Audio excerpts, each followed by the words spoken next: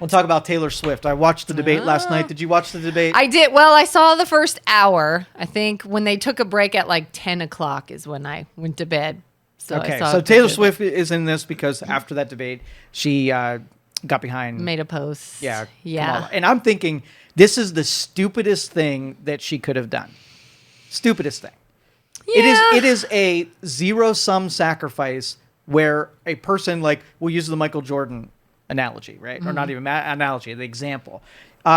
Jordan said that he's not going to publicly say where his politics lie because everybody buys his shoes. And I don't want to alienate somebody because of my beliefs. That's a smart, sound business decision, right? Why would you want to cut your sales in half by publicly alienating half of your customer base? Yeah. So Taylor Swift is a money-making machine. Yeah. Right?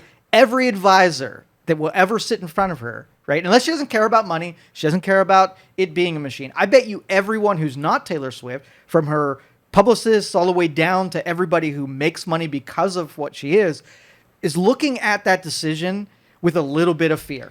Yeah. And I read the statement. I read what she put out. And at first, before, like about halfway into it maybe, she does say why she is commenting.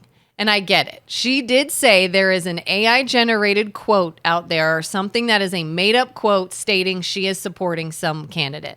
And she's like, that is fake. I never said that. And I want to address the fact that this is AI. This is not something I actually said. And then I feel like you could have just left it there. Absolutely. Now stop.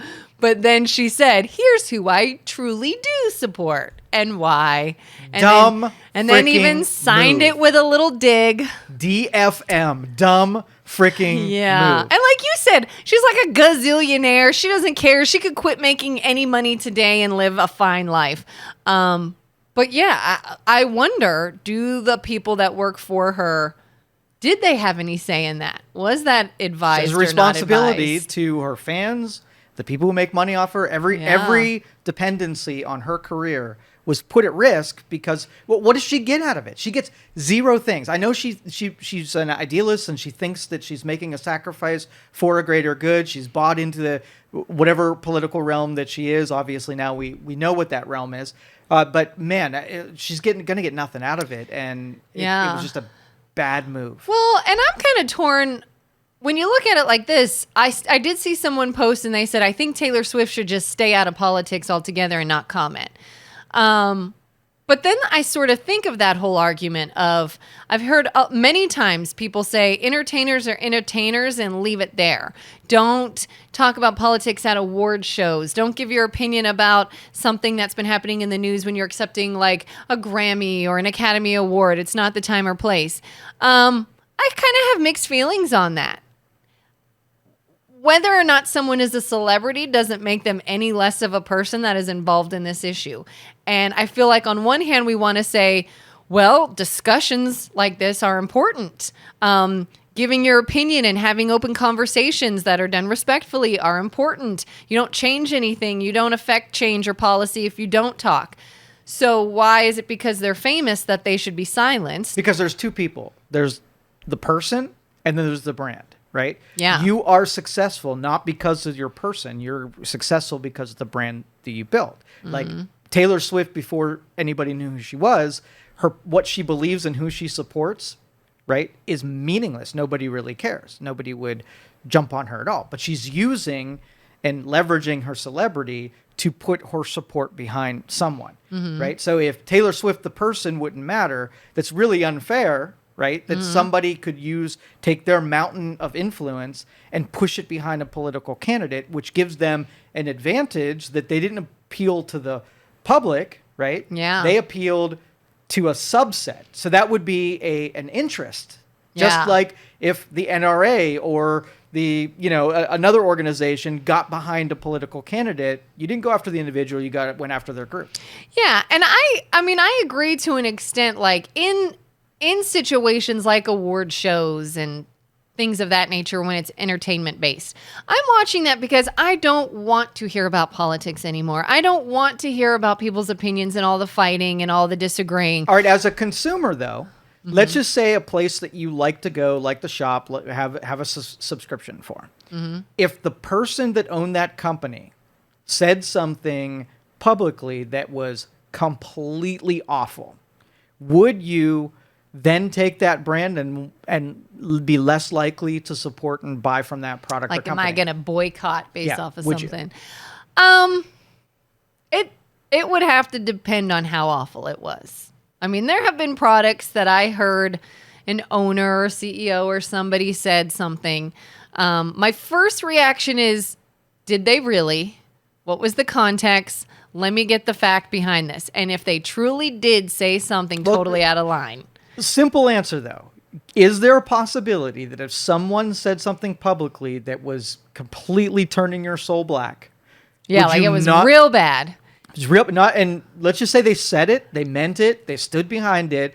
Would you, as a consumer, use that as something in making your choice to support them? Probably. Okay, so end of story is that if you're doing things publicly and saying things publicly, as polarized as we are, there are going to be people who think no matter how you defend why you feel like you are, they will no longer support your brand because of how you feel. Yeah. That is the true risk of what Taylor Swift did. So if Joe Danier and Youngstown Studio became huge, famous, known worldwide when it happens, and people listen to Joe Danier speak all the time, and they're big super fans, and everybody is supporting him, and he's got this brand, do you then feel like you have to be stifled and you can't say Yep, I would what have you an wanna obligation. say? And Yeah. the best example would be like a teacher.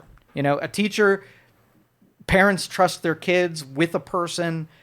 If a teacher did something, would you feel like pulling your kid out of that kid's class if the image of what a teacher's supposed to be has been eroded by something that they say publicly or did publicly? If that's the case, when you're invested in it, right, then you feel differently than it was just, maybe you're not a Taylor Swift fan, and so whatever she says isn't going to make you buy less records or go to less concerts. But the people that are dependent on that do care because it changes the dynamic of how that. So if your kid's teacher, there's different levels. So if they were out partying at a bar and drinking, You find them on OnlyFans. or OnlyFans, or they had a meth habit, or they were a big gambler, or something that they do can make you feel differently about them being in charge of your kids and would maybe affect how you felt about them being around them. Yeah, absolutely. I mean, that's why I said I absolutely see both sides. I would like to think that someone, as just a human being with basic rights, can voice their opinion on something like anybody else does. But again, I see what's behind it. With cost. Your opinion comes with cost. So I'm all for it. The more people that are throwing their hat in the ring and sharing it, I'm saying from a strategic standpoint, usually that cost has to be aligned with a benefit. And there is zero benefit of having Taylor Swift sacrifice her brand for the sake of politics who won't do the same for her. Do you think they're ever going to go bat for Taylor Swift? Oh, I will admit, it crossed my mind only for a second, but it crossed my mind when I read that. I went, wow, how did they raise enough money to pay Taylor Swift? Because I was like, do you think she got any kickback for that? Probably not. I don't know.